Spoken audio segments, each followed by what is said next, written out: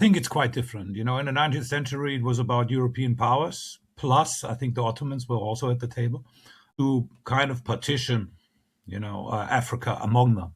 So it was also actually meant to avoid conflict between them in a way. So they partitioned Africa among them.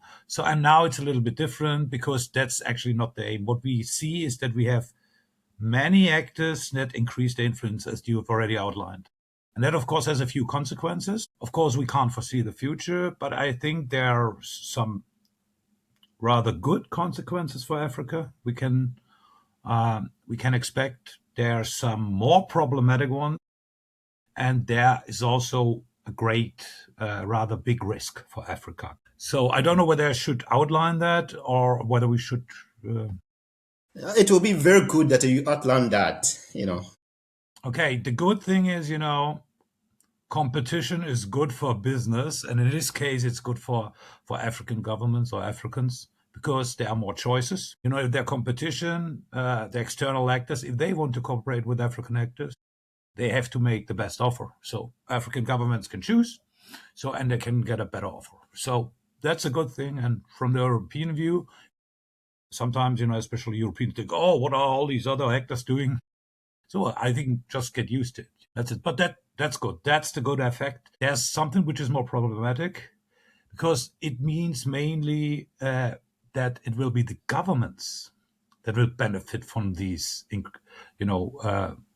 better choices for them.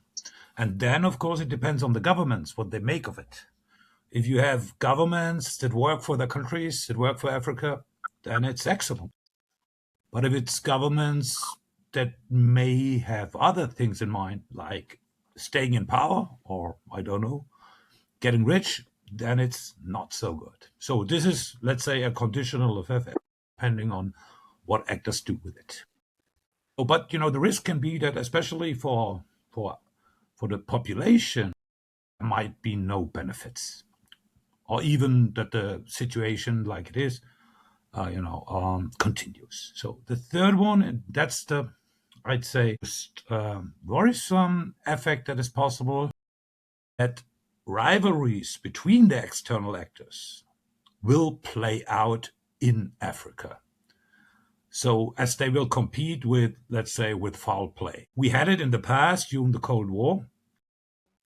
For instance, Mozambique or Angola, the different sides in civil wars were supported by different external actors in the Cold War. Yeah. And that, of course, perpetuated these conflicts and made them more bloody. You have more examples for that. The second thing is we already have something like that going on at the moment. Almost nobody in the world cares that much about Sudan. Well, we could talk about that too, because that's also something that requires an explanation.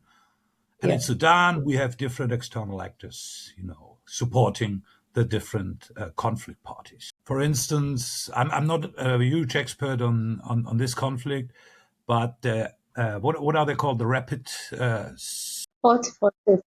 They get support from the United Arab. The what is called the government has been supported, for instance, by Russia or China. Interestingly, Russian actors are kind of interested in both sides, but that's apparently a more complicated story. So, and when both parties get support, that prolongs conflict and makes them more bloody.